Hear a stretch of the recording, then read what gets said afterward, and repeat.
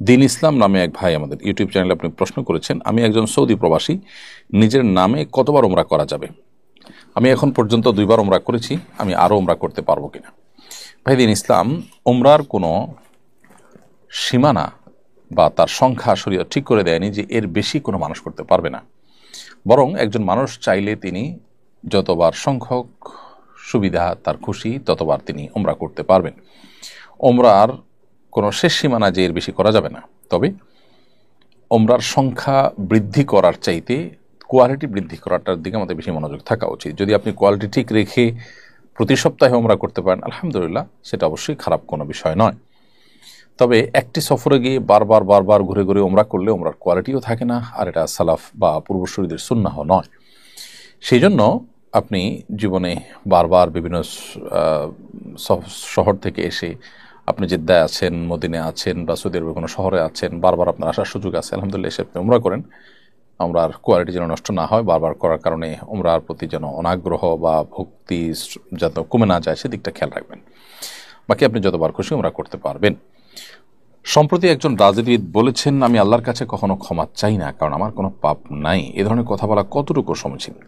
খুবই গর্হিত কাজ এবং জঘন্য কথা এটি। আল্লাহ রাব্বুল আলামিনের শান এবং নিজের অবস্থান সম্পর্কে না জানার কারণে এই ধরনের কথা কেউ বলে থাকতে পারেন। আমাদের প্রিয় নবী সাল্লাল্লাহু আলাইহি সাল্লাম বলেছেন, তিনি দিনে 70 বারের অধিক আল্লাহ সুবহানাহু ওয়া তাআলার কাছে ইস্তেগফার করেন, ক্ষমা প্রার্থনা করেন। নবী করিম সাল্লাল্লাহু আলাইহি ওয়াসাল্লাম সেই ব্যক্তি, প্রথমত তার দ্বারা কোনো কবিরা গুনাহ হয়নি, ইচ্ছাকৃত আল্লাহ তাআলা সকল প্রকার কবিরা গুনাহ থেকে, সকল প্রকার গুনাহ থেকে আল্লাহ তাকে বাঁচিয়ে রেখেছেন। এবং সেই সাথে আল্লাহ সুবহানাহু ওয়া তাআলা তাকে বলেছেন সূরা ফাতিহার মধ্যে, ইন্না ফাতাহনা লাকা ফাতহাম মুবিনা লিয়াগফির লাকা আল্লাহু মা তাকাদ্দাম মিন যামবিকা ওয়া মা তাআখার।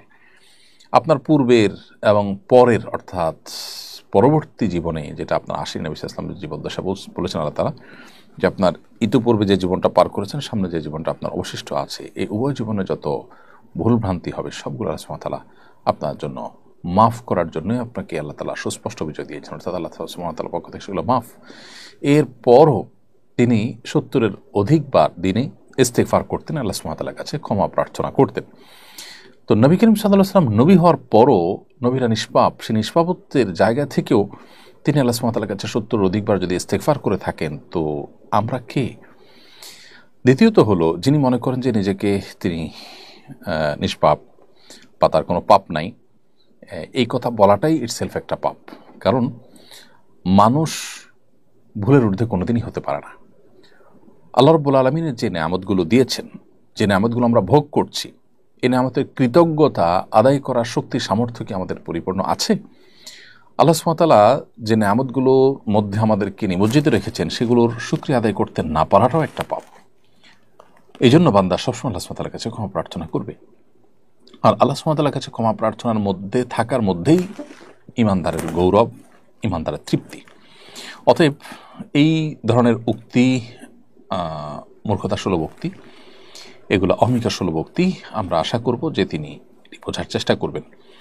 আমাদের অজ্ঞাত স্বরে কত ভুল ভ্রান্তি হয়ে যায়। কোনো দিকে দেখা দরকার ছিল, আমি দেখিনি। কোনো দিকে দেখাটা উচিত হয়নি, অথচ আমি দেখে ফেলেছি। কোনো জায়গায় কোনো শব্দ চয়ন না করে আরেকটা শব্দ চয়ন করা উচিত ছিল, অথচ আমি ভিন্ন শব্দ চয়ন করে ফেলেছি। এ ধরনের কথা প্রতি মুহূর্তে আমাদের জীবনে আমরা দেখতে পাবো। এ ধরনের বিষয় আছে যেগুলো আমরা প্রতি মুহূর্তে খুঁজলেই পাবো হাতের কাছে। তার কোনো পাপ হয় না, এ কথা বলাটা হলো পাপ সম্পর্কে তার ধারণা না থাকার কারণে। এরপর প্রশ্ন হলো, এমডি হাসিব আপনি লিখেছেন আমাদের ইউটিউব চ্যানেলে, আমি নতুন বিয়ে করতে চাচ্ছি, সেক্ষেত্রে কোনো বই আছে কিনা যে বই পড়ে ইসলাম অনুসারে দাম্পত্য জীবন যেন কোরআন সুন্নাহ মোতাবেক গড়তে পারি? দাম্পত্য জীবনকে কোরআন এবং সুন্নাহর আলোকে পরিচালিত করবার জন্য নবী সাল্লাল্লাহু আলাইহি সাল্লামের যে সাংসারিক জীবন ছিল, তার যে দাম্পত্য জীবন ছিল, সেগুলো আমরা দেখতে পারি। এবং নবী করিম সাল্লাল্লাহু আলাইহি সাল্লামের সেই জীবনকে জানার জন্য তার সিরাতের যে বই আছে, সেগুলোর পাশাপাশি আলাদা করে আপনি শেখ মোহাম্মদ সালেহ আল মুনাজ্জিদ হাফিজাহুল্লাহর নবীজির সংসার নামে একটি বই আছে। এই বইটি মাকতাবাতুল আসলাফ থেকে প্রকাশিত হয়েছে, আরও কোনো প্রকাশনে প্রকাশ করে থাকতে পারে। এই বই আপনি পড়ার চেষ্টা করতে পারেন। এই বই থেকে ইনশাআল্লাহ আমি আশা করছি যে আপনি নবী সাল্লাল্লাহু আলাইহি সাল্লামের সাংসারিক জীবন কিভাবে তিনি অতিবাহিত করেছেন সে সম্পর্কে জানতে পারবেন। এর বাইরে নবী করিম সাল্লাল্লাহু আলাইহি সাল্লামের যে সিরাতের গ্রন্থ আছে সেগুলোতে নবী সাল্লাল্লাহু আলাইহি সাল্লামের জীবনের এই পার্টটা অর্থাৎ তার দাম্পত্য জীবনটা সম্পর্কে আপনি জানতে পারবেন। আমাদের পূর্বসূরি সালাফদের পূর্বসূরিদের জীবন দাম্পত্য জীবন সম্পর্কে বিভিন্ন বই পুস্তক আছে, সেগুলো আপনি পড়তে পারেন। এরপরে প্রশ্ন করেছেন আরবি হাবিবুল্লাহ বাশার রাজন, আপনি লিখেছেন জিন্স প্যান্ট নাভির উপরে না উঠালে কি গুনাহ হবে? ভাই রাজন, জিন্সের প্যান্ট যখন আপনি পরবেন তার উপরে যদি আপনার গেঞ্জি বা শার্ট ইত্যাদি থাকে তাহলে ওইটা নাভির নিচে থাকলেও সমস্যা নেই। তবে হ্যাঁ, নাভি থেকে হাঁটু পর্যন্ত একজন পুরুষ তার এই সতরটা তাকে ঢেকে রাখতে হয়। সো কোনো না কোনোভাবে ঢেকে রাখতে হবে। এখন প্যান্ট যদি নিচে থাকে তাহলে তার উপরে শার্ট আছে, তো শার্টে ঢেকে রাখছে, তাহলে সেটা যথেষ্ট হবে আপনার জন্য। যদি শার্ট না থাকে, গেঞ্জি না থাকে, শুধু প্যান্ট পরা থাকে এবং সেটা নাভির নিচে যায়, তাহলে সেক্ষেত্রে সতর উন্মুক্ত করার যে গুনাহ সে গুনাহ হবে। এরপরে এমডি হাসিব আপনার প্রশ্ন তো দিয়েছি। সাইয়েদ আরমান আহমদ আপনি লিখেছেন গুনাহমুক্ত জীবনযাপন করার উপায় কি? পরিপূর্ণভাবে গুনাহমুক্ত জীবনযাপন করা আসলে কঠিন, অনেক ক্ষেত্রে অসম্ভব, কিন্তু ইমানদারের চেষ্টা থাকবে গুনাহমুক্ত জীবনযাপন করার জন্য। আর সেটির সবচেয়ে সহজ উপায় হলো গুনাহের পরিবেশ, গুনাহের প্রতিবেশ এগুলো থেকে নিজেকে দূরে রাখা। যত বেশি আপনি গুনাহের পরিবেশ থেকে দূরে থাকবেন তত বেশি গুনাহ থেকে বেঁচে থাকা আপনার জন্য সহজ হবে। দ্বিতীয়ত, গুনাহমুক্ত জীবনের জন্য নিজের দৃঢ় সংকল্প এবং ঐকান্তিক প্রচেষ্টা খুব বেশি গুরুত্বপূর্ণ। কেউ যখন নিজেকে তাকওয়ার উপরে রাখবার সংকল্প করেন এবং সেই সংকল্পটা যখন খুব সুদৃঢ় হয় তখন তার জন্য সেই কাজটা আল্লাহ সুবহানাহু ওয়া তাআলা সহজ করে দেন। আল্লাহ বলেছেন আল্লাযীনা জাহাদু ফীনা লানাহদিয়ান্নাহুম সুবুলানা, কেউ যখন আমার রাহে আসার চেষ্টা করে, সেই চেষ্টা থাকে সর্বোচ্চ পর্যায়ের চেষ্টা, সাধনা, তখন আল্লাহ সুবহানাহু ওয়া তাআলা বলেছেন যে লানাহদিয়ান্নাহুম সুবুলানা, তাকে অবশ্যই আমি আমার দিকে আসার বহু পথ দেখিয়ে দেব। তো একজন মুসলিম তিনি চেষ্টা করবেন তার জায়গা থেকে গুনাহমুক্ত জীবন যাপন করার জন্য। পরিবেশ যেমন বেছে নেবেন সেরকম, গুনাহের পরিবেশ যেন না থাকে সেরকম পরিবেশ বেছে নেবেন তার জীবনযাপনের জন্য। ঠিক তেমনিভাবে যারা গুনাহ থেকে বাঁচার জন্য সংগ্রাম করে সেরকম মানুষজনের সান্নিধ্য, তাদের সোহবত, তাদের সাহচর্য, সেটাকেও তিনি বেছে নেবেন। গুনাহগারদের সাহচর্য থেকে তিনি বেঁচে থাকবেন। ঐকান্তিক প্রচেষ্টা আর দৃঢ় সংকল্প থাকবে। কোনো গুনাহ হয়ে গেলে দ্রুততার সাথে তওবা করে লজ্জিত হয়ে অনুতপ্ত হয়ে আল্লাহর কাছে মাপ চেয়ে নেবেন এবং সর্বোপরি আল্লাহ সুবহানাহু ওয়া তাআলার কাছে দোয়া করবেন, চোখের পানি ফেলবেন। ইনশাআল্লাহর মাধ্যমে আমরা গুনাহমুক্ত জীবন যাপন করতে পারবো। এরপরে প্রশ্ন হলো তাবলীগের দুই গ্রুপের মধ্যে দ্বন্দ্ব রয়েছে, দায়ীদের দুই গ্রুপ মুখোমুখি অবস্থা, সাধারণ মানুষ হিসেবে আমাদের করণীয় কি? এটি আমাদের জন্য দুর্ভাগ্যের বিষয় যে দাওয়াত ও তাবলীগের মধ্যে, আমরা তাবলীগ জামাতের মধ্যে দুইটা গ্রুপ দেখতে পাচ্ছি এবং দুইটা গ্রুপই স্ব অবস্থানে বেশ অনড়। এর মধ্যে কখনো কখনো আমরা মারামারির ঘটনাও দেখেছি, খুবই দুর্ভাগ্যজনক অধ্যায়। সাধারণ মানুষ হিসেবে আমরা কখনো মারামারি অথবা এই জাতীয় অ্যাগ্রেসিভ কোনো কাজে কেউ লিপ্ত হলে তাদের থেকে আমরা দূরে থাকবো, তাদেরকে আমরা ইগনোর করে চলবো, এটি হলো প্রথম কথা। দ্বিতীয়ত হলো এই দুটি গ্রুপের মধ্যে তুলনামূলক কারা হকের কাছাকাছি, কাদের মধ্যে ভুলের পরিমাণ বেশি, সেটা আমাদের নিরূপণ করার চেষ্টা করতে হবে। করে আমরা অবশ্যই তুলনামূলকভাবে যারা ভালো মনে হয় আমাদের বিবেক বিবেচনায়, আমাদেরকে আল্লাহ তাআলা যে আকল দিয়েছেন সেটার দ্বারা তাদেরকে আমাদের গ্রহণ করতে হবে।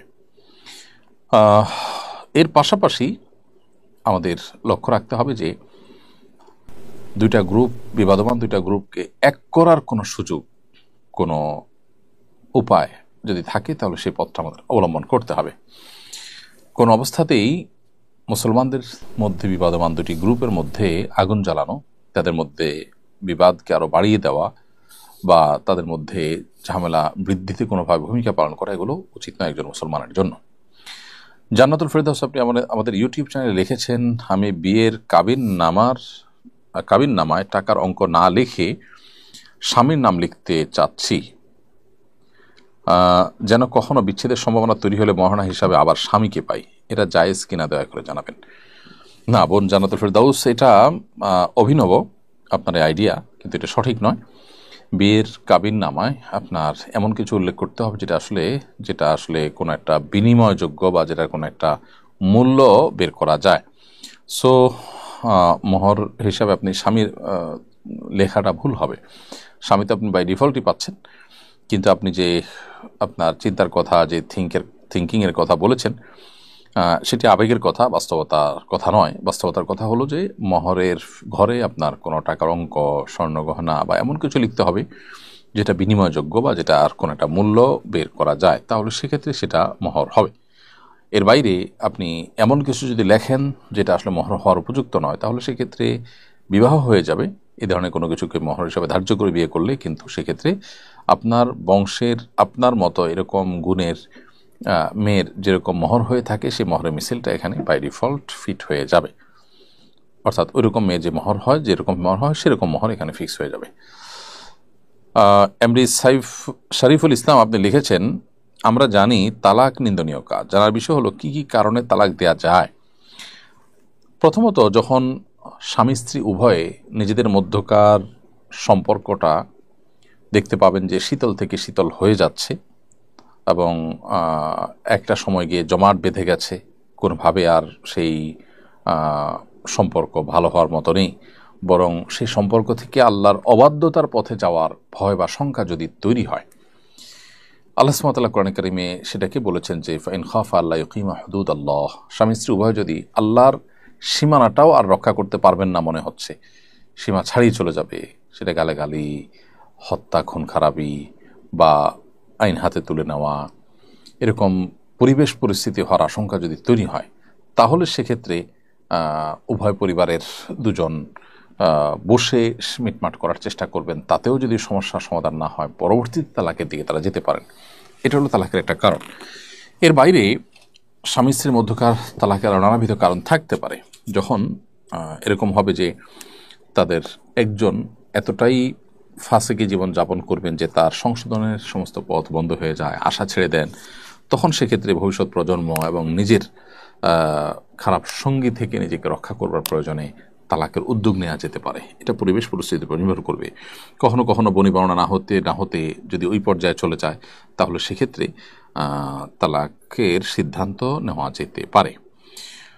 শুনেছি সম্প্রতি আপনি ইউরোপ সফর করেছেন, আপনার ইউরোপ সফরের অভিজ্ঞতা জানতে চাই, আপনার চোখে ইউরোপ দেখতে চাই। ভাই, ইউরোপের সফরের দিনগুলোর প্রতিদিনের আমরা আমাদের অভিজ্ঞতা, প্রতিদিনের আমাদের যে সঞ্চিত জ্ঞান এবং উপলব্ধি, সেগুলোকে আমরা ডায়েরিতে নোট করেছি এবং সেগুলোকে ইনশাআল্লাহ বই আকারে আমরা প্রকাশ করবার স্বপ্ন দেখছি। যদি আল্লাহ তাআলা তৌফিক দান করেন, আমরা অচিরে সেগুলোকে আপনাদের জন্য বই আকারে উপস্থাপন করব। এর বাইরে আসলে সেখানে নানাবিধ অভিজ্ঞতা আমাদের হয়েছে। আসলে সেখানে যে সেখানকার মানুষের জীবনযাপন দেখে একজন মুসলিম হিসাবে ইসলামের যে সুমহান নিয়ামত আল্লাহ সুবহানাহু ওয়া তাআলা আমাদেরকে দান করেছেন, সেই জন্য আল্লাহ সুবহানাহু ওয়া তাআলার প্রতি কৃতজ্ঞতা জ্ঞাপন করেছি, আল্লাহ তাআলার কাছে শুকর আদায় করেছি।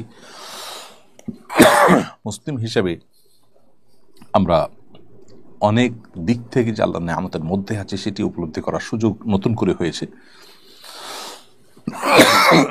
এবং সেই সাথে সেখানে মুসলমানরা যারা আছেন অনেকেই অনেক জায়গাতেই বেশ কোণঠাসা পরিস্থিতির মধ্যে আছেন, তাদের প্রজন্মের ঈমান রক্ষা করা কঠিন হয়ে আছে, এরকম আরও নানাবিধ অভিজ্ঞতা আমাদের হয়েছে।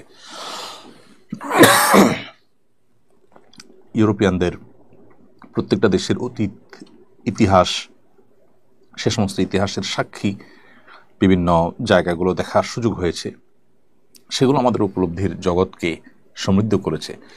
আমরা ইনশাআল্লাহ সময় মতো আপনাদের সাথে বই আকারে আমাদের অভিজ্ঞতা সবগুলো শেয়ার করার চেষ্টা করব। এরপর আব্দুর রহিম আপনি লিখেছেন, মাদ্রাসায় এমন ছাত্রকে জাকাত দেওয়া যাবে কিনা যার বাবা মা জাকাত দেয় কিন্তু ছাত্রটির কাছে মাদ্রাসায় বর্তমানে খরচের টাকা নেই। যদি এমন হয় যে কোনো ছাত্র মাদ্রাসায় আছেন, তার কাছে খরচের টাকা নেই, তাহলে এই যুগে তো বাবা মার কাছ থেকে টাকা পয়সা নেওয়া ওয়ান টুর ব্যাপার। যদি সেরকম সুযোগ না থাকে তো মুসাফিরকে জাকাত দেওয়া যায়। মাদ্রাসার ছাত্র যেহেতু মাদ্রাসায় আছে, অপ্রাপ্তবয়স্ক হলেও বা প্রাপ্তবয়স্ক হলেও তার বাবা মার কাছে টাকা আছে, পয়সা আছে, এরকম পরিস্থিতিতে যদি টাকা পয়সা তাদের কাছ থেকে যে কোনো সমস্যায় চাইলে নিতে পারে, এরকম সুযোগ থাকে, তাহলে তাকে যাকাতের টাকা দেওয়া যাবে না। আর যদি মনে হয় যে না, তার বাবা মার কাছ থেকে তার আসলে জাকাতের টাকা সংগ্রহ করা আপাত দৃষ্টিতে তার জন্য সম্ভব নয়, সেটা সুদূর পরাহত বা অনেক সময় সাপেক্ষ ব্যাপার, তার এই মুহূর্তে টাকার প্রয়োজন, তাহলে সেক্ষেত্রে এরকম ব্যক্তিকে তিনি মুসাফিরের মতোই নিরুপায় হিসাবে তাকে জাকাতের টাকা দেওয়া যাবে। সাধারণত আজকাল পৃথিবীর যে কোনো প্রান্ত থেকে টাকা আনা নেওয়া করা জটিল কোনো কাজ নয়। এরকম পরিস্থিতিতে এই ছাত্রকে জাকাতের টাকা দেওয়ার আগে ভাবতে হবে যে আসলেই তার বাবা মার কাছ থেকে টাকা পাওয়ার পথ তার জন্য যদি অনেক দুর্গম হয়, অনেক কঠিন হয়, তাহলে সেক্ষেত্রে এটি করা যাবে। এসকে ইলিয়াস আলী আপনি লিখেছেন, আমি 2টা জুম্মাবারে খতিব সাহেবকে দেখলাম একই খুতবা পড়তে, এটা কি ঠিক নাকি ভিন্ন ভিন্ন খুতবা পড়া উচিত? জুমার দ্বিতীয় খুতবা যেটা, এটা তো একই খুতবা থাকবে, সেটা ঠিক আছে। আর প্রথম খুতবা যেটা, সেটা আসলে পরিবর্তন হবে, সেটা পরিবর্তন হওয়াটা উত্তম, কারণ প্রত্যেক জুমাতে আলাদা আলাদা বিষয়ে খুতবা দেওয়া উচিত। যেহেতু আমাদের দেশে খুতবা আরবিতে দেওয়া হয় এবং অডিয়েন্সের বেশিরভাগ খুতবা বোঝেনি না, এই জন্য আসলে খুতবা পরিবর্তন করা না করাতে তেমন কোনো পার্থক্য হয় না। তবে এর সাথে ওই জুমার নামাজ সহি হওয়া, বিশুদ্ধ হওয়া কিংবা না হওয়ার কোনো সম্পর্ক কিন্তু নেই, জাস্ট উত্তম অনুত্তমের ব্যাপার আমরা বলেছি। সম্প্রতি সাতক্ষীরায় মাহফিলে এক বক্তাকে হেনস্থা করা হয়েছে। এই ঘটনার প্রতিবাদে বেশ কিছু বক্তাকে ঘোষণা দিয়ে সাতক্ষীরা সব মাহফিল ক্যান্সেল করে দেন। একজনের ভুলের দায়ে পুরো অঞ্চলে ঘাড়ে চাপিয়ে মাহফিল ক্যান্সেল করা উচিত কিনা? না, এটা তো আমি সঠিক কাজ মনে করি না যে কোনো একটা মাহফিলের আয়োজক তাদের কোনো আচরণের কারণে পুরো জেলার মানুষের মাহফিল ক্যান্সেল করে দেওয়া উচিত। আর সেই সাথে বক্তাদেরও শুধুমাত্র আল্লাহকে সন্তুষ্ট করার জন্য মাহফিল করা উচিত, পার্থিব কোনো উদ্দেশ্য তাদের মাথায় থাকা উচিত নয়। কোনো এলাকাতে দাওয়াতি কাজ করতে গিয়ে দায়ী নির্দোষ হয়েও যদি হেনস্থার শিকার হন, তারপরও তো সেখানে দাওয়াত নিয়ে আমাদের যেতে হবে। আমাদের প্রিয় নবী সাল্লাল্লাহু আলাইহি সাল্লাম তিনি তায়েফের মানুষের কাছে দাওয়াতে নিয়ে গিয়ে সেখানে হেনস্থার শিকার হয়েছেন, তাই বলে তারা সেখানে দাওয়াতের কাজ বন্ধ করে দেননি। হ্যাঁ, আপনি হয়তো বলবেন যে তারা তো অমুসলিম ছিলেন, এরা তো মুসলিম। মুসলিম হোক আর অমুসলিম হোক, দাওয়াতের কাজ করা আমাদের দায়িত্ব, আমার দায়িত্ব পালন আমি করব। সেখানে বাধা যদি আসে, সে বাধা ডিঙ্গিয়েও আমাকে করতে হবে, এটা হলো সঠিকতা, এটা হলো আমি মনে করি যে আমাদের দায়িত্ববোধের ব্যাপার। আমি একজন ছাত্র, আমার সকল খরচ আমার বাবা মা দেন, আমি আমার খরচ থেকে বাঁচিয়ে নিয়মিত দান সাদেকা করার চেষ্টা করি। এসব দানের সব আমি পাবো নাকি আমার বাবা পাবেন? যেহেতু এই টাকার প্রকৃত মালিক আমার বাবা। আপনার বাবা যদি আপনাকে খরচের টাকা দেন, সেখান থেকে বাঁচিয়ে আপনি যদি দান করেন, তাহলে তার সব আপনি পাবেন মূলত।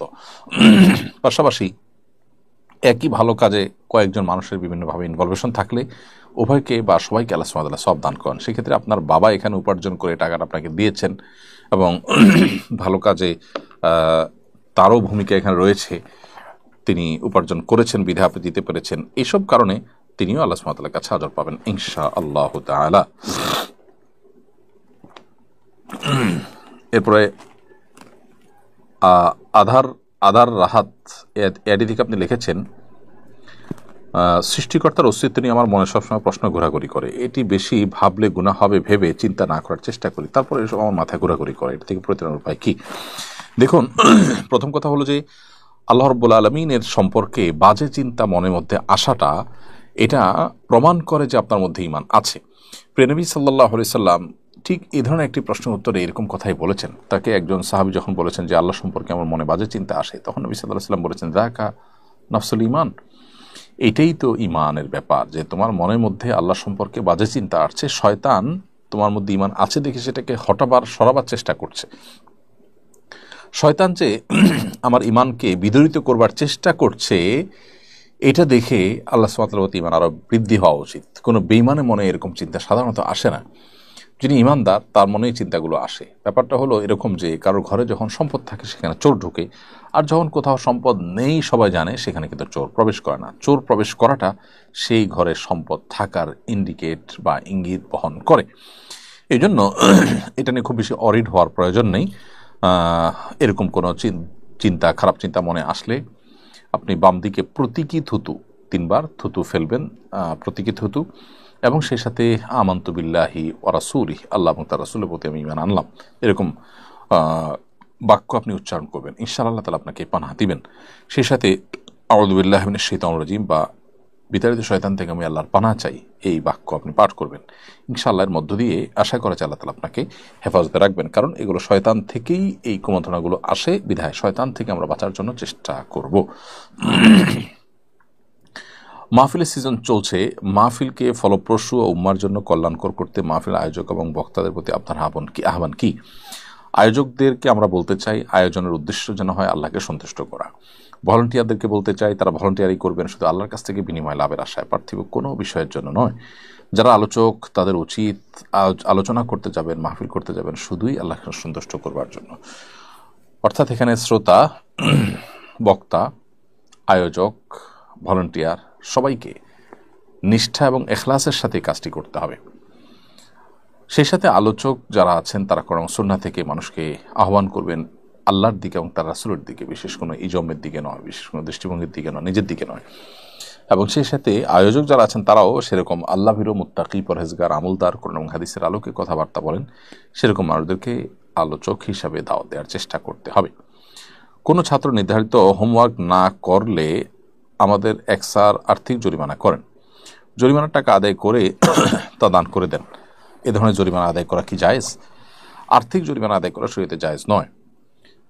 যদিও স্যার সে টাকা নিয়ে দান করে দিচ্ছেন, কিন্তু আরো জনের টাকা নিয়ে আসলে দান করার ভিতরে কোনো কল্যাণ নেই। এখানে অন্য কোনো উপায়ে শাস্তির ব্যবস্থা করা যেতে পারে, পানিশমেন্টের ব্যবস্থা করা যেতে পারে। এমনকি আর্থিক শাস্তি যদি দিতেও হয়, তাহলে শিক্ষা প্রতিষ্ঠানে ভর্তিরত অবস্থায় যদি এরকম করেন, তাহলে শিক্ষা প্রতিষ্ঠান থেকে যে উদ্যোগ নেওয়া যেতে পারে, যেমন ভর্তি বাতিল করে দেওয়া যেতে পারে, যে এই অপরাধটি করলে তার ভর্তি বাতিল হয়ে যাবে, এটা আগে থেকে উল্লেখ করা থাকবে। এরপরে দ্বিতীয়বার ভর্তি হতে তাকে এত টাকা দিতে হবে, যে কোনো একটা ফিগার ঠিক করে।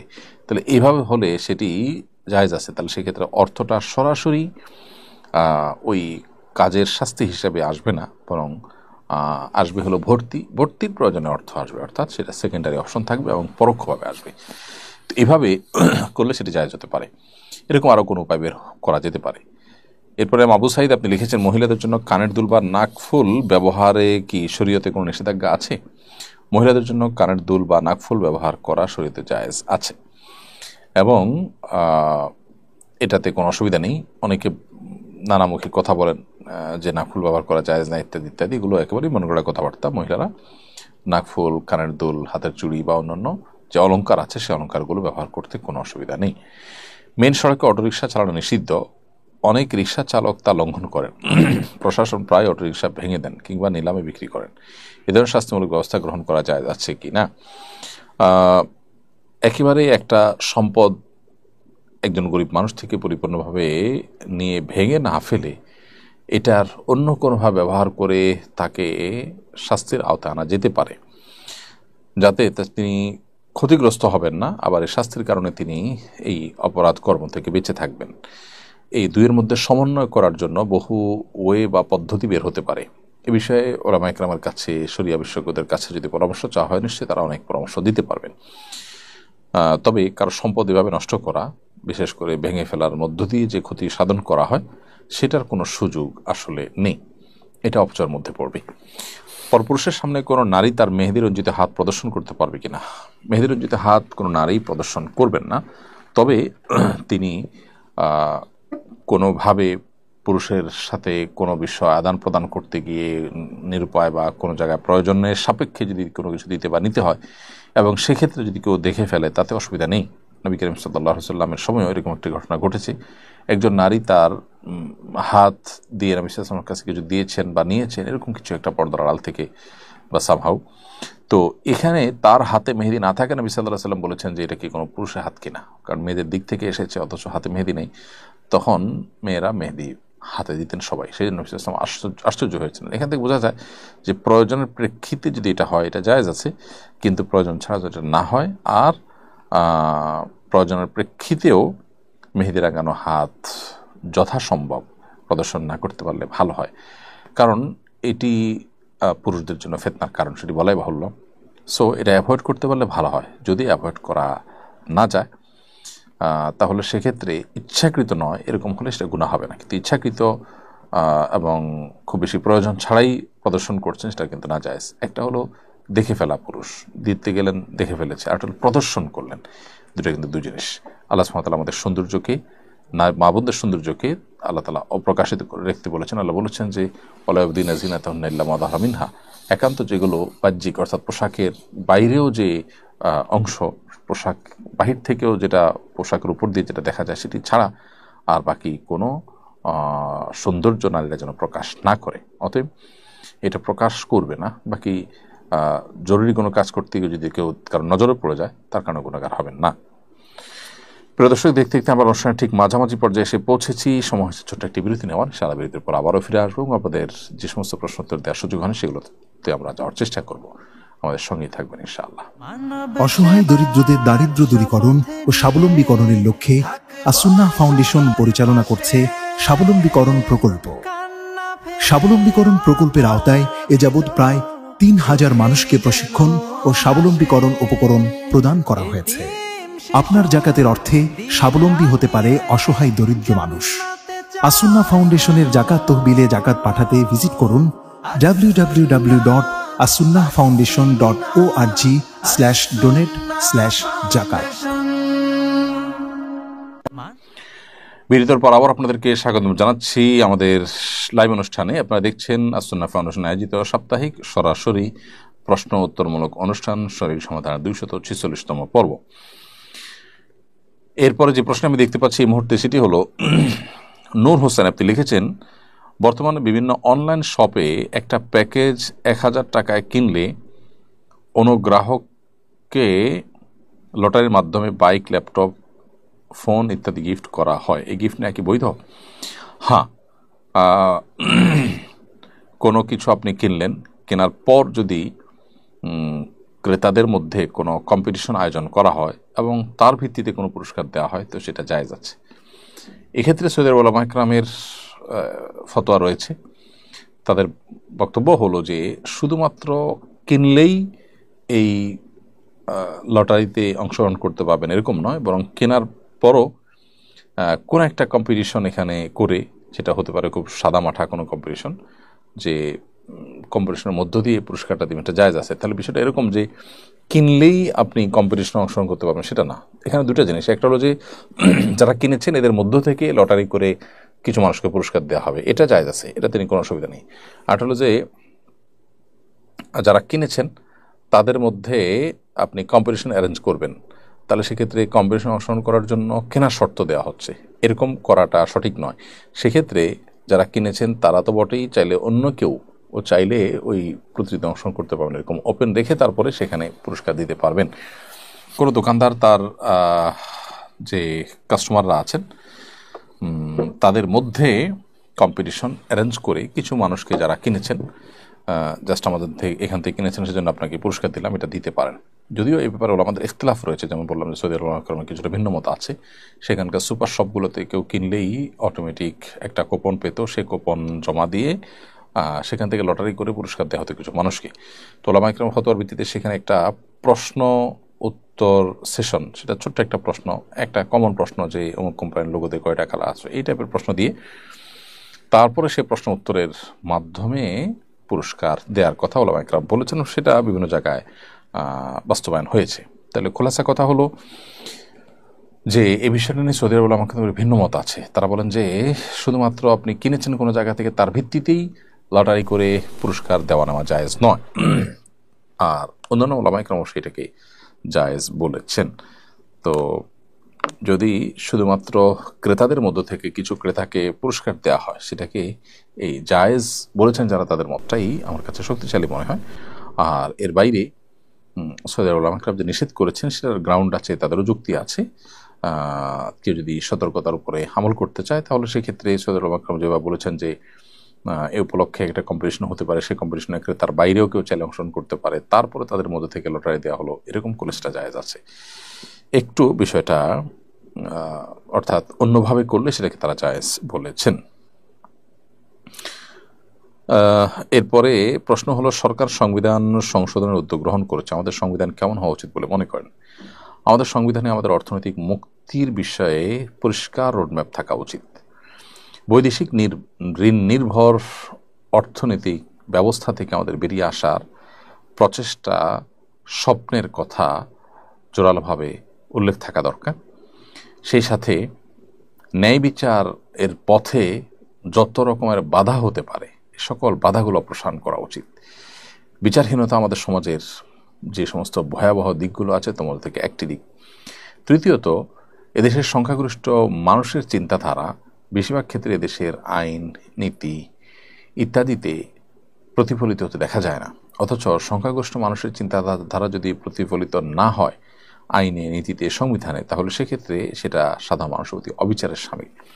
এবং গণতন্ত্রের নামে এটা একটা প্রতারণা যে সংখ্যাগরিষ্ঠ মানুষের চিন্তাধারা, তাদের বিশ্বাস এবং মূল্যবোধ এটাকে আমলে নেওয়া হয় না, বরং সংখ্যালঘু সামান্য কিছু মানুষের দ্বারা বেশিরভাগ মানুষ আপনার নিয়ন্ত্রিত হন, শাসিত হন, শোষিত হন এবং তারাই পলিসি ঠিক করে দেন। আমাদের দেশেও এটি হচ্ছে, গোটা বিশ্বে বেশিরভাগ ক্ষেত্রে এটি কিন্তু ঘুরে ফিরে হচ্ছে। সাধারণ মানুষকে নানাভাবে প্রভাবিত করা হচ্ছে মিডিয়ার মাধ্যমে নানাভাবে। তো এগুলোর পথ বন্ধ হওয়া উচিত। সংবিধানে সাধারণ মানুষের মূল্যবোধ, চিন্তাধারা, তাদের আদর্শ, তাদের বিশ্বাস এগুলোর রিফ্লেক্ট হওয়া উচিত, এগুলোর প্রতি শ্রদ্ধা থাকা উচিত এবং এমন কোনো বিষয় থাকা উচিত নয় যেটা এদেশের মানুষের ধর্মীয় মূল্যবোধ বা এদেশের সামাজিক সাংস্কৃতিক কোনো বিষয়ের সাথে সাংঘর্ষিক, এরকম কোনো জিনিস সংবিধানে থাকা উচিত নয়। এরপর প্রশ্ন হলো, কোরআনের 14টি সিজদার আয়াত আছে, অনেকে সিজদার আয়াত তেলাওয়াত করার পর তাৎক্ষণিক সিজদা করেন না, পুরো কোরআন খতম করার পর একত্রে 14টা সিজদা আদায় করাটা জায়েজ আছে কিনা? না, এরকম করাটা সঠিক কাজ নয়। কেউ যদি ভুলে যায় তাহলে সেটা তিনি পরে করতে পারেন, কিন্তু ইচ্ছাকৃতভাবে সবগুলো সিজদা জমিয়ে শেষে সিজদা দেওয়া একসাথে এটা জায়েজ নয়। আপনি কিভাবে নিশ্চিত হলেন যে পুরো কোরআন তেলাওয়াত করার তৌফিক আপনি পাবেন? হতে পারে আপনার হায়াত শেষ হয়ে যাবে, হতে পারে আপনি এই সিজদাগুলো একসাথে দেওয়ার যে প্ল্যান করছেন তার আগে আপনি মারা যাবেন, তখন তো এটি আপনার উপর অনাদায় থেকে যাবে। এই জন্য এই জাতীয় কোনো আমল যখন কারো উপরে বর্তায়, প্রযোজ্য হয়, তখন বিলম্ব না করে সে আমলটি করে ফেলা উচিত। এরপরে আমাদের ইউটিউব চ্যানেলে আপনি লিখেছেন, আল্লাহ আকবার আইডি থেকে বিয়ের জন্য দিনদার ছেলে না পেলে কি করব? দিনদার ছেলে খোঁজার জন্য আপ্রাণ চেষ্টা আমাদের করতে হবে এবং তার জন্য দিনদার সন্তান, দিনদার ছেলে এটা পাওয়ার জন্য দিনদার সার্কেলের সাথে যোগাযোগ করা, নিজে দিনদার হওয়া এবং সেই সাথে আল্লাহ সুবহানাহু ওয়া তাআলার কাছে দোয়া করা, এরকম ত্রিমুখী চেষ্টা করতে হবে। একান্ত আপনার কাঙ্ক্ষিত লেভেলে দিনদার না পেলে যেই লেভেলের পাচ্ছেন, তুলনামূলক যা পাচ্ছেন এর মধ্যে আপনার দিনের জন্য অধিকতর উপযোগী যাকে মনে হবে তাকে আপনি গ্রহণ করতে পারেন। মাধ্যমিক পর্যায়ের শিক্ষায় সরকার ঐচ্ছিক হিসাবে আরবি ভাষা যুক্ত করেছে, বিষয়টা সম্পর্কে আপনার মন্তব্য জানতে চাই। আরবি ভাষা শুধু না, আরবি ভাষার বেসিক বিষয় এবং ধর্মীয় বিষয়গুলোকে মুসলিম সন্তানদের জন্য বাধ্যতামূলক করা উচিত। কারণ একটা সমাজ মোরালিটি এবং নীতিনৈতিকের উপরে যদি উঠতে হয় তাহলে সেক্ষেত্রে তাদের অবশ্যই এই জায়গাটাতে বিশেষভাবে মনোযোগী হতে হবে, ফোকাস করতে হবে। এমডি রফিকুল ইসলাম আপনি লিখেছেন, আমার সব সময় পেরেশানি লেগেই থাকে, কোনোভাবেই দূর করতে পারি না, এটা থেকে বেঁচে থাকার উপায় কি? পেরেশানির মধ্যে লেগে থাকা বা পড়ে থাকা এটা অনেক সময় আমাদের মধ্যে হয়। আমাদের আল্লাহ রাব্বুল আলামিনের ভয় যেমন আমাদের মধ্যে থাকতে হবে, ঠিক তেমনিভাবে আমাদের মধ্যে বিশেষভাবে চেষ্টা থাকতে হবে যে আমরা একজন মুসলমান হিসেবে আল্লাহ তাআলার প্রতি ভরসা রাখবো। আল্লাহ তাআলার প্রতি যখন কেউ ভরসা রাখবেন তিনি তার জন্য যথেষ্ট হয়ে যাবেন। তো যখন মানুষ আল্লাহর প্রতি ভরসা ছেড়ে দেয় তখন তার কিন্তু ডিপ্রেশন হয়, তার মধ্যে দুশ্চিন্তা আসে, তার মধ্যে বাজে চিন্তা আসে এবং সে কিন্তু তার ওই ইমানের জায়গাতে দুর্বল হয়ে যায়। এই জন্য আল্লাহ তাআলা বলেছেন, ওয়া লা ইয়াসমির রাহিলাল কওমুল কাফিরুন, আল্লাহর রহমত থেকে যারা অবিশ্বাসী তারা ছাড়া আর কেউ নিরাশ হতে পারে না। এই জন্য একজন ইমানদার তিনি যতটা আল্লাহর প্রতি ইমান আনবেন, যতটা বিশ্বাস রাখবেন, যত বেশি তাওয়াক্কুল এবং ভরসা থাকবে, তত বেশি তিনি পেরেশানি এবং অতিরিক্ত দুশ্চিন্তা থেকে বেরিয়ে আসবেন। এর বাইরে দুশ্চিন্তা এবং পেরেশানি থেকে বাঁচার জন্য আল্লাহ সুবহানাহু ওয়া তাআলার কাছে দোয়া করা যেতে পারে। নবী সাল্লাল্লাহু আলাইহি ওয়াসাল্লাম যেভাবে দোয়া করেছেন, আল্লাহুম্মা ইন্নী আউযু বিকা মিনাল হাম্মি ওয়াল হাযান, আল্লাহ আপনার কাছে আমি টেনশন এবং পেরেশানি থেকে পানাহ চাই, এই দোয়াটা বেশি করে পাঠ করতে পারেন। দুরূদ ইস্তিগফারের আমল মানুষের দুশ্চিন্তা দূরের জন্য সহায়ক ভূমিকা পালন করে। এরপরের প্রশ্ন হলো, সংবিধান থেকে যারা আল্লাহর উপর আস্থা ও বিশ্বাস বাদ দেওয়ার কথা বলে তাদেরকে কি মুসলমান বলা যায়? কোনো ব্যক্তি যদি নিজেকে মুসলমান দাবি করার পরও তিনি সংবিধানে আল্লাহর প্রতি আস্থা এবং বিশ্বাস রাখার বিরুদ্ধে অবস্থান নেয়, তিনি যদি বলেন যে না এটি রাখা যাবে না, তাহলে অবশ্যই তার ঈমান নিয়ে সংশয় এবং সন্দেহ দেখা দেয়। তার এই বলাটার মধ্যে তিনি যদি ব্যাখ্যা করেন যে এটা আমার বিশ্বাসের জায়গা ঠিক আছে, বাট আমি চাই না সংবিধানে থাকুক, সেটা এই যুক্তিতে, তাহলে সেক্ষেত্রে তিনি গোমরাহ এবং পথভ্রষ্ট পাপিষ্ঠ, এতে কোনো সন্দেহ নেই। আর যদি তিনি এই আস্থা এবং বিশ্বাস নাই বা এটা এখানে রাখা অনর্থক, অপ্রয়োজনীয় বা না রাখা উচিত এরকম অ্যাগ্রেসিভ হন তিনি, এবং তার বিশ্বাসী যদি এরকম হয়, তাহলে তিনি কাফের এবং মোরতাদ হিসাবে বিবেচিত হবেন, ইসলাম থেকে খারিজ হয়ে যাবেন। খুবই জঘন্য একটি বিষয়। তো এই জন্য একজন মুসলমান আসলে এই জায়গাটাতে অবস্থান করতে পারেন না। এখানে অনেকে যুক্তি দেন যে আল্লাহর উপরে আস্থা এবং বিশ্বাস এটা কেন সংবিধানে থাকবে, কারণ অন্য ধর্মাবলম্বী যারা আছে তারাও তো সংবিধান পড়বে, তাহলে তারা কি এটা আল্লাহর উপরে আস্থা বিশ্বাস এই লেখাটা পড়ে তারপর পড়বে? এই উত্তরটা একেবারেই হাস্যকর আমার কাছে মনে হয়, বা এই প্রশ্নটা একেবারে হাস্যকর মনে হয়। কারণ হলো যে কোনো সংবিধান যখন প্রণয়ন হয়, দেশের সব মানুষ সেটার উপরে শতভাগ একমত থাকে না, কোনো বিষয় কারোর ভিন্নমত থাকতে পারে। অতএব ভিন্নমত আছে দেখে তার মতের পরিপন্থী কোনো কিছু থাকলে তিনি সে সংবিধান পড়তে পারবেন না, তা তো না। তাহলে একজন অন্য ধর্মাবলম্বী এই জায়গাটা সে তার ভিন্নমত আছে, এই জায়গাটা তিনি পড়লেন না, তাতে সমস্যাটা কোথায়? বা এই জায়গায় অ্যাভয়েড করলেন তিনি, সমস্যাটা কোন জায়গায়? মালয়েশিয়ানরা যদি মাত্র 65% মুসলমান হয়েও তাদের রাষ্ট্রধর্ম ইসলাম থাকতে পারে, তাদের সংবিধানে ইসলামকে গুরুত্বপূর্ণ জায়গায় তারা রাখতে পারে, এবং তাতে যদি তাদের উন্নতি, অগ্রগতি, তাদের সৌহার্দ্য, সম্প্রীতি, পারস্পরিক একসাথে মিলেমিশে থাকা কোনো কিছু বাধাগ্রস্ত না হয়, তাহলে আমাদের দেশে কেন হবে? তো এই বিষয়গুলোতে আসলে ইচ্ছাকৃতভাবে ইসলাম এবং মুসলিমদেরকে কোণঠাসা করে রাখার যে পশ্চিমা আপনার প্রচেষ্টা আছে, যে গোটা পৃথিবীতে আজ মুসলমানদের প্রতি জুলুম এবং নির্যাতন চলছে, মুসলমানদেরকে কোণঠাসা করে রাখা হচ্ছে, ইসলামোফোব হচ্ছে দিন দিন উন্নত দেশগুলো, এটা তারই অনুসরণ মাত্র। পশ্চিমাদের গোলামরা সাধারণত তাদের এই অন্ধ অনুসরণ করতে পারে। ইসলাম এটা শুধু মুসলমান নয়, অন্য ধর্মের মানুষদের জন্য নিরাপত্তার সবচেয়ে বড় কারণ। ইসলাম ছাড়া অন্য কোনো কিছুতে মুসলমান তো বটেই, অন্যদেরও নিরাপত্তা নিহিত নেই। এ বিষয়ে দীর্ঘ আলোচনা করবার সুযোগ আমাদের সংক্ষিপ্ত সেশনে নেই।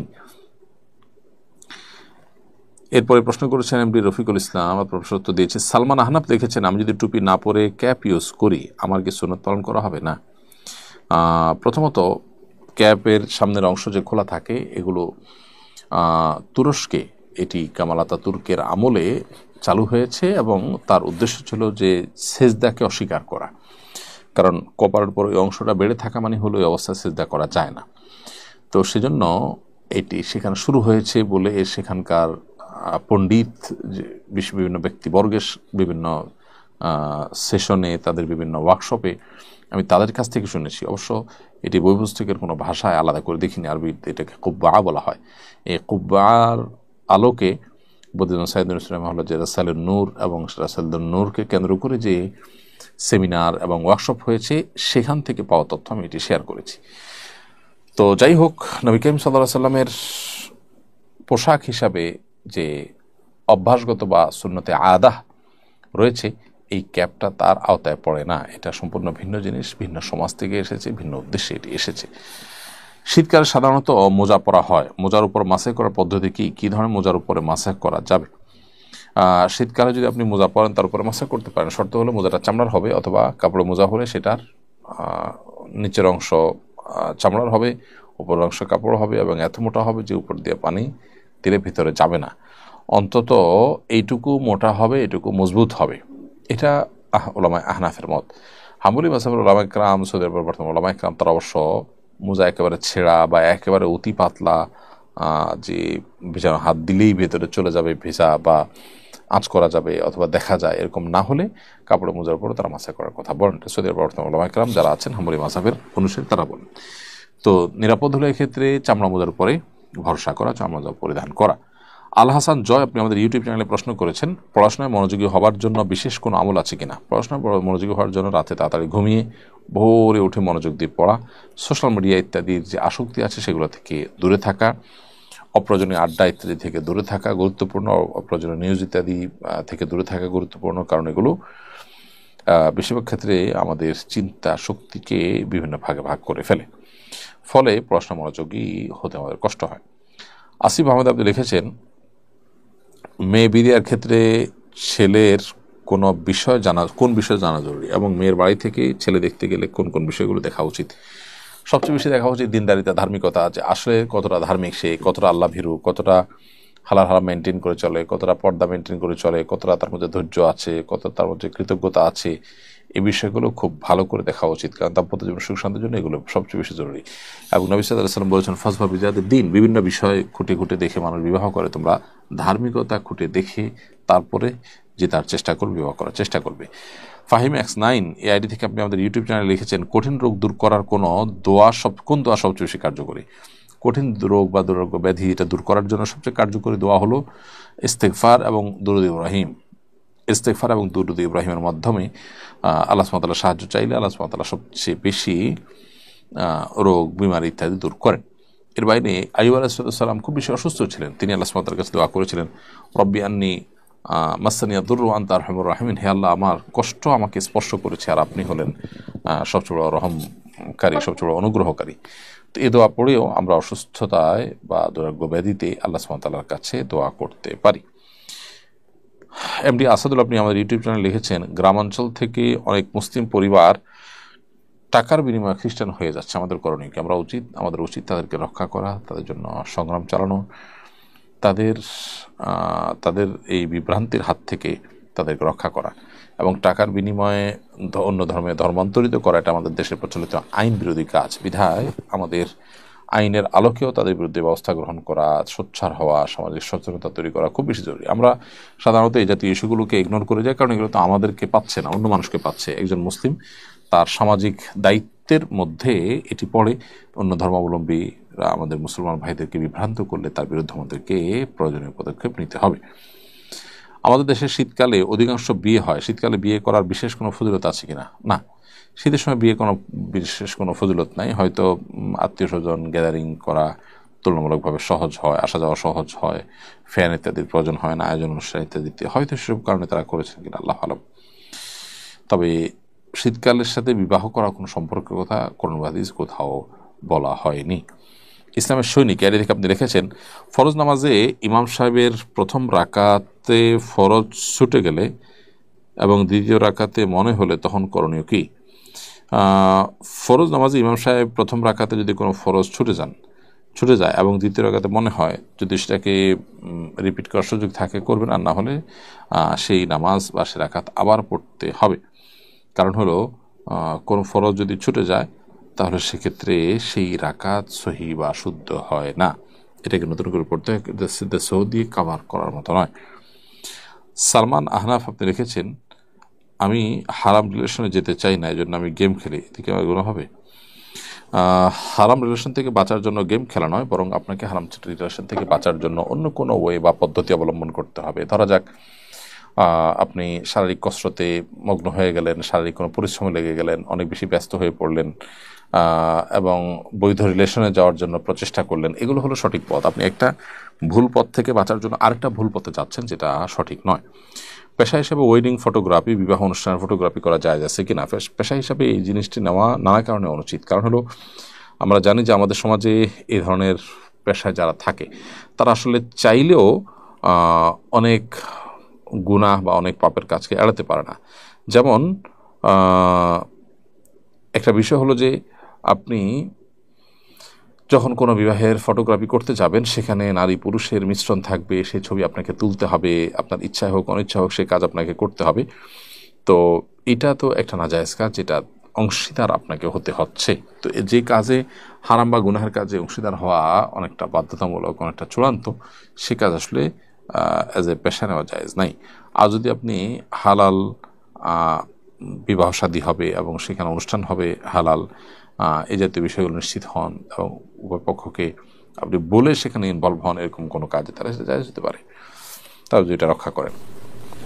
কে খাতুন আইডি থেকে আপনি আমাদের ইউটিউব চ্যানেলে লিখেছেন, যারা ওষুধ কোম্পানিতে চাকরি করে, কোম্পানি তাদেরকে গিফট দেয় ডাক্তারদের দেয় টার্গেট পূরণ করতে, যদি রিপ্রেজেন্টেটিভ তার টার্গেট পূরণ করতে পারে তাহলে কি ওই গিফট তিনি ব্যবহার করতে পারেন?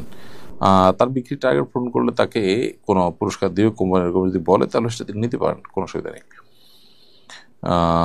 এরপরে মাহফুফ খান আপনি লিখেছেন, ইস্তিনজার পর ঢিলা ব্যবহার করার সময় মিসওয়াক করা যাবে কিনা? এসেঞ্জার পর আপনি ঢিলা ব্যবহার করবেন, এরপর মেসওয়াক করার কোনো অসুবিধা নেই। মেসওয়াক ওজুর সময় করা সুন্নাহ।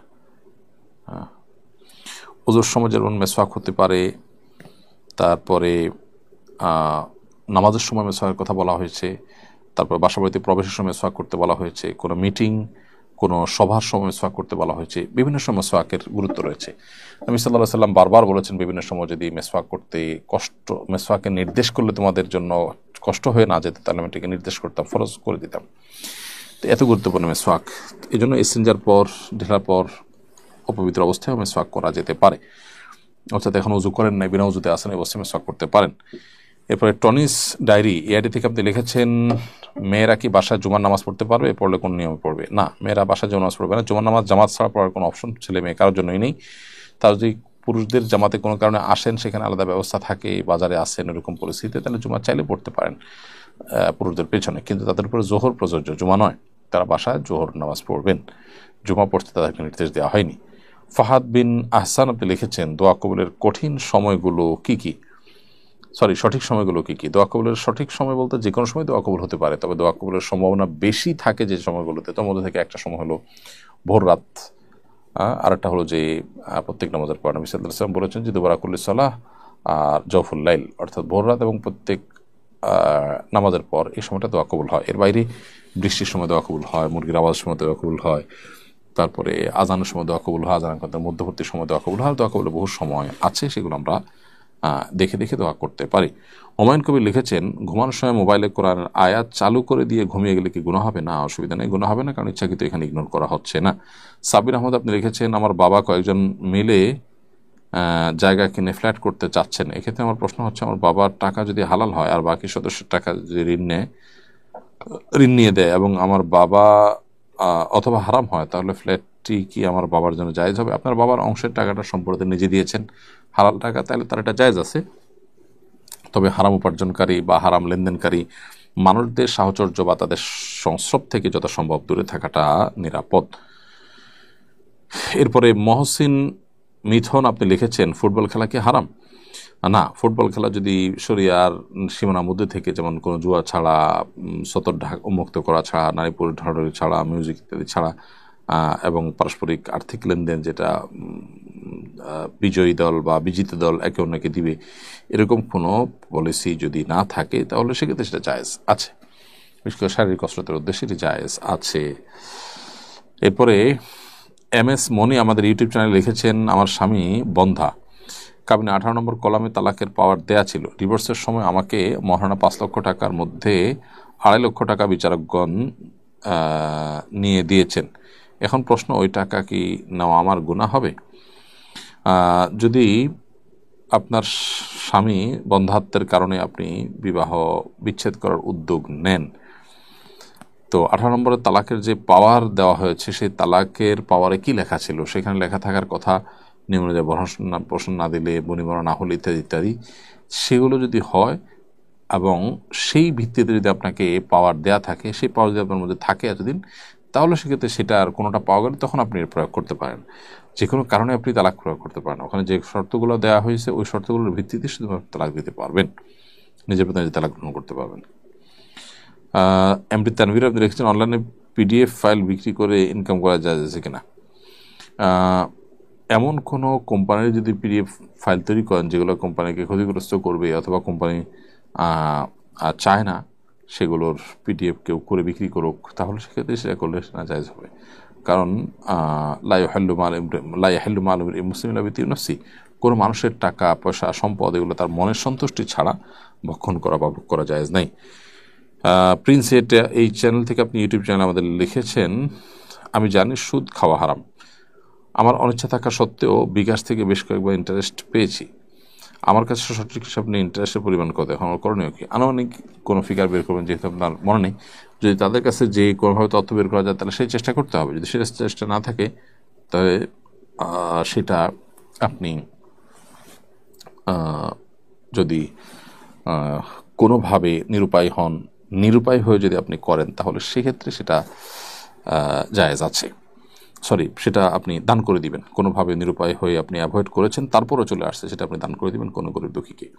তাহলে আপনার অনিচ্ছা থাকা সত্ত্বেও যদি কোনো মোবাইল ব্যাংকিং থেকে বা আপনার নিজের ব্যাংক অ্যাকাউন্ট থেকে কোনো টাকা পয়সা চলে আসে সুদ হিসাবে, সঠিক হিসাব নেই, তাহলে আনুমানিক হিসাব বের করুন কত হতে পারে সর্বোচ্চ, সেই টাকাটা আপনি দান করে দিবেন। ধরা যাক যে সর্বোচ্চ এত হবে, এর বেশি হবে না, তো ওই ফিগারটা আপনি দান করে দিবেন গরিব দুঃখীকে। আর যদি মালিক জানা থাকে মালিক কাছে ফেরত দিবেন। যদি মালিক জানা না থাকে তাহলে সেক্ষেত্রে যেমন মোবাইল ব্যাংকিং বা সাধারণ ব্যাংকের যে প্রফিট, এটা আসলে কোন গ্রাহকের টাকা কোম্পানি দিয়েছে আমাকে, এটা নিরূপণ করা কোনোভাবে সম্ভব নয়, তাহলে এটা কোনো গরিব দুঃখীকে দান করে দিবেন অনুমান করে যে কত হতে পারে সর্বোচ্চ। এরপর নাজমুস সাকিব বিআইডি থেকে আপনি লিখেছেন, আমার মনে হয় আমার আখলাকে অনেক ঘাটতি আছে, আমি কীভাবে আখলাক সুন্দর করতে পারি? ভাই নাজমুস সাকিব, আল্লাহ তাআলা আমাদেরকে আখলাককে সুন্দর করার তৌফিক দান করুন। আপনার এই অনুভূতির জন্য আপনাকে আমি সাধুবাদ জানাই। আখলাক সুন্দর করবার জন্য ভালো আখলাক, ভালো উন্নত আখলাকের মানুষের সান্নিধ্য যেমন কাটানো উচিত, সেই সাথে আল্লাহ সুবহানাহু ওয়া তাআলার কাছে এটা দোয়া করা যেতে পারে। তিরমিজিতে যে বর্ণিত হয়েছে, নবী সাল্লাল্লাহু আলাইহি ওয়াসাল্লাম বলেছেন, আল্লাহুম্মা হদিনি লি আহসানিল আখলাক ওয়া লা ইয়াহদি লি আহসানিহা ইল্লা আন্ত। আল্লাহ আমাকে সুন্দর আখলাকের পথ দেখান, আপনি ছাড়া কেউ সেটাকে দেখাতে পারে না। ওয়াসরিফ আন্নি সাইয়্যাহা ওয়া লা ইয়াসরিফ আন্নি সাইয়্যাহা ইল্লা আন্ত। আর খারাপ চরিত্র থেকে, আখলাক থেকে আপনি আমাকে রক্ষা করুন, কারণ সেটা থেকে আপনি ছাড়া কেউ রক্ষা করতে পারবে না। এরপরে আরিফ জামান লিখেছেন, গীবতের গুনাহ থেকে ক্ষমা কিভাবে পাও, গীবত থেকে থাকার উপায় কি? বেঁচে থাকার উপায় হলো, যে মজলিসে গীবত হয়, যে মানুষগুলো গীবত খুব পছন্দ করে তাদেরকে অ্যাভয়েড করেন। নিজের মুখে তালা দিতে হবে, নিজেকে নিয়ন্ত্রণ করতে হবে, কথাগুলোকে ভাবতে হবে কি বলছি, এর মাধ্যমে গীবত থেকে বাঁচতে পারেন। সে সাথে গীবতের গুনাহ হয়ে গেলে সেটা থেকে বাঁচার উপায় হলো আল্লাহর কাছে মাপ চাওয়া। কোনো ব্যক্তির গীবত করেছেন, যদি তার কাছে মাপ চাইলে তিনি মাপ করবেন বলে আশা করা যায়, ভুল বুঝে বরং আরও ঝামেলা বাড়বে না এরকম মনে হয়, তাহলে সেক্ষেত্রে তার কাছ থেকে আপনি সেটি করতে পারেন। নাজমুল শিকদার লিখেছেন, ফ্রিল্যান্সারদের অধিকাংশ ক্লায়েন্ট ইউরোপ আমেরিকান বা ইহুদি খ্রিস্টান হয়ে থাকে। আমরা যে তাদের ব্যবসার জন্য কাজ করছি বা তাদের সেবা দিচ্ছি, সেটা কি হালাল হবে? সেটা অসুবিধা নেই, সেটা জায়েজ আছে, কিন্তু মূলত দেখতে হবে যে তাদের এই কাজগুলো যে আপনি করছেন সেখানে কোনো হারাম কাজ করছেন কিনা। যদি হালাল কোনো কাজ করেন তাহলে সেক্ষেত্রে ক্লায়েন্ট কোন ধর্মের সেটা দেখার বিষয় আপনার জন্য হালাল হবে। এরপরে ঘোস্ট হান্টার ইয়াডি থেকে আপনি আমাদের ইউটিউব চ্যানেলে লিখেছেন, পারিবারিক শান্তির জন্য কী আমল করা উচিত? পারিবারিক শান্তির জন্য স্বামী স্ত্রী উভয়ের মধ্যে সবর এবং শকরের চর্চা বেশি বেশি করতে হবে। সবর এবং শকর এর চর্চা যত বেশি করা যাবে, পারিবারিক জীবনে, দাম্পত্য জীবনে তত বেশি সুখ এবং শান্তি ফিরে আসবে ইনশাআল্লাহ তাআলা। বিডি গ্রেডিং টিপস এআইডি থেকে আপনি লিখেছেন, আমার স্ত্রী 7ই নভেম্বর আত্মহত্যা করে মারা গেছেন, তার কাবিনের টাকা পরিশোধ করার কি কোনো বিধান আছে? আল্লাহ তাআলা আপনার প্রতি রহম করুন, আপনার স্ত্রীর প্রতি রহম করুন, আল্লাহ তাআলাকে ক্ষমা করুন। তিনি যে অপরাধ করে মারা গেছেন সেটি অত্যন্ত জঘন্য এবং গর্হিত। আর কাবিনের টাকা যদি তার কাছে পাওনা থাকে, তার কাছে আপনার দেনা থাকে, আপনি যদি টাকা না দিয়ে থাকেন, তাহলে যে পরিমাণ টাকা দেনা আছে সে পরিমাণ টাকা তার মৃত্যুর পর তার ওয়ারিসদের মধ্যে বন্টন হবে। আপনি তাদের মধ্যে থেকে একজন, আপনার বিবাহিত স্ত্রী থাকা অবশ্যই যদি তালা আত্মহত্যা তিনি করে থাকেন, তাহলে সেক্ষেত্রে আপনার একটা হিস্সা থাকবে। কারা কারা বেঁচে আছেন তাদের মধ্যে সেই টাকাটা বন্টন হয়ে যাবে তার অন্যান্য সম্পদের সাথে। এরপরে মোহাম্মদ মিজান লিখেছেন, আমি জাহাজে চাকরি করি, জাহাজে সফরে নামাজ পড়ার নিয়ম কি? ভাই মিজান, জাহাজে যদি আপনি সফরে থাকেন তাহলে সেক্ষেত্রে যতদিন জাহাজ চলবে, যত লম্বা সময় চলুক না কেন, আপনি মুসাফির হিসাবে গণ্য হবেন এবং সফরের যে নামাজ সেটা আপনার জন্য প্রযোজ্য হবে। আর যদি জাহাজ কোনো তীরে ভিড়ে এবং সেখানে লম্বা সময় আপনি থাকেন, তাহলে সেটা মুসাফির হিসাবে গণ্য হবে না, এবং সেটা আপনি স্থানীয় হিসাবে গণ্য হবে এবং পুরো নামাজ পড়বেন। নাইম আহমেদ 012 এআইডি থেকে আপনি লিখেছেন, ওয়াসওয়াসা থেকে বেঁচে থাকা বাঁচার উপায় দয়া করে বলবেন। ওয়াসওয়াসা থেকে বাঁচার জন্য ওয়াসওয়াসাকে পাত্তা না দেওয়াটা হলো সবচেয়ে বড় উপায়। ওয়াসওয়াসাকে আমলে না নেওয়া, নিজের ভেতর থেকে যখন ওয়াসওয়াসা হবে সেটাকে ইগনোর করা, যে কোরআন এবং সুন্নাতে ওয়াসওয়াসাকে পাত্তা দেওয়ার পর নিষেধাজ্ঞা আছে, সেটাই খেয়াল করতে হবে। তার বাইরে ওয়াসওয়াসা দূরের জন্য বেশ কিছু রুকিয়া আছে, ভালো রাকিদের মাধ্যমে এই ওয়াসওয়াসা থেকে বাঁচার জন্য রুকিয়া করার চেষ্টা করতে হবে। ওয়াসওয়াসার রুকিয়া লিখে সারাদিন অনলাইনে আপনি অনেক তথ্য পেয়ে যাবেন, সেগুলোর মাধ্যমে আপনি ওয়াসওয়াসা থেকে বেঁচে থাকার জন্য চেষ্টা অব্যাহত রাখতে পারেন। সাবির আকন্দ মুন্না লিখেছেন, আমি যে গুনাহের জন্য বারবার তওবা করতেছি, কিছুতেই সেই গুনাহ থেকে আমি বিরত থাকতে পারছি না, এক্ষেত্রে কি আমার তওবা কবুল হচ্ছে না? এটা নিশ্চিত করে বলা কঠিন কোন তওবা কবুল হচ্ছে বা কোনটা হচ্ছে না। তবে গুনাহ থেকে বেঁচে থাকতে না পারাটা, ফিরে আসতে না পারাটা এটা ভালো লক্ষণ নয়। এটা ঠিক যে বান্দা কোনো তওবা করার পর কিছুদিন টিকে থাকেন, হয়তো আবার নষ্ট হয়ে যায়, তারপর আবার তাকে তওবা করতে হয়, এই প্রচেষ্টা তাকে অব্যাহত রাখতে হবে। এবং এই জন্যই আল্লাহ সুবহানাহু ওয়া তাআলার বাচক নাম রয়েছে তাওয়াব, তিনি বারবার ক্ষমাশীল, বারবার বান্দার তওবাকে ক্ষমা করেন। বিধায় তওবা নিয়মিত করতে থাকা উচিত। কোনোভাবে শয়তান যেন আমাদেরকে নিরাশ করে না দেয়, কারণ ওয়ালা ইয়াসমির রাহিল্লাল কওমুল কাফিরুন, আল্লাহর রহমত থেকে কাফির ছাড়া কেউ নিরাশ হতে পারে না। ফারহানা শ্রাবণী আপনি লিখেছেন, ডিভোর্স হওয়ার কারণে মা বাবা সবসময় খারাপ ব্যবহার করে, কথা শোনায়, অভিশাপ দেয়, এটা মানসিক অশান্তির কারণ হয়ে গেছে। এখন আমার করণীয় কি? আল্লাহ যেন সবর করবেন, মা বাবাকে বোঝাবেন এবং নিজের যে বৈবাহিক এবং দাম্পত্য জীবন সেটাতে যত কষ্টই হোক না কেন সবর করে সেখানে থাকার চেষ্টা করাটাই হলো বেশিরভাগ ক্ষেত্রে নিরাপদ এবং নিজের জন্য ভালো। কোরআন সুন্নাহ এই কথা বললে অনেক সময় আমরা সেকেলে মনে করি মেয়েদেরকে অধিকার থেকে হরণ করা হয়েছে এর মধ্য দিয়ে, তো এগুলো আমাদের ভুল। অন্য কোনোভাবে মেয়েদের অধিকার হরণ হয়ে থাকলে সেইটার বিরুদ্ধে আমাদের সোচ্চার হতে হবে, এটা ভিন্ন বিষয়। বাট এসব ক্ষেত্রে যদি আপনার ডিভোর্সের কারণে মা বাবা খারাপ আচরণ করে ইত্যাদি খারাপ শোনায়, তাহলে সেক্ষেত্রে আপনার ধৈর্যের বাঁধ যদি ভেঙে যায়, স্বামীর সংসারে থাকার মতো কোনো উপায় না থাকে, তাহলে সেক্ষেত্রে ভিন্ন কথা। এক্ষেত্রে মা বাবার ব্যবহারে সবর করতে হবে, তাদের সাথে পাল্টা খারাপ ব্যবহার করা যাবে না, তাদেরকে দিয়ে কাউকে দিয়ে বোঝাতে হবে তারা যেন তাদের এই আচরণ থেকে সরে আসেন এবং নিজে প্রয়োজনে বৈধভাবে সঠিকভাবে কোনো বিবাহের পথে তিনি যাওয়ার চেষ্টা করবেন। স্বামী স্ত্রীর মধ্যকার সম্পর্ক একটু আপনার কোনো কারণে খারাপ হলেই ডিভোর্সের দিকে চলে যাওয়ার পথ যেন সুগম না হয়, এটা স্বামী স্ত্রী উভয়কে লক্ষ্য রাখতে হবে। তো মেয়েদেরকে বিশেষ করে ডিভোর্সের পর তাদেরকে তুচ্ছ-তাচ্ছিল্য করা, বাজে কথা বলা, এটা জঘন্য অপরাধ, এটা গুনাহের কথা। কোনো দোষ ছাড়াও অনেক মেয়েদের ডিভোর্স হয়, অথচ আমাদের সমাজে ডিভোর্স হলেই তাকে খারাপভাবে দেখা হয়। এটা একেবারে ভুল একটি কালচার এবং ভুল একটা কাজ। প্রিয় দর্শক, দেখতে দেখতে আমরা অনুষ্ঠানে একেবারে শেষ প্রান্তে চলে এসেছি, সময় হয়েছে বিদায় নেবার। ইনশাআল্লাহ আগামী সপ্তাহে একই সময় আল্লাহ চাহিদা আপনাদের সাথে দেখা হবে। সে পর্যন্ত সবাইকে আল্লাহ সুবহানাহু ওয়া তাআলা ভালো রাখুন, নিরাপদে রাখুন, সুস্থ রাখুন, সেই দোয়া রব্বে কারীমের কাছে ব্যক্ত করে শেষ করছি আজকে। আসসালামু আলাইকুম।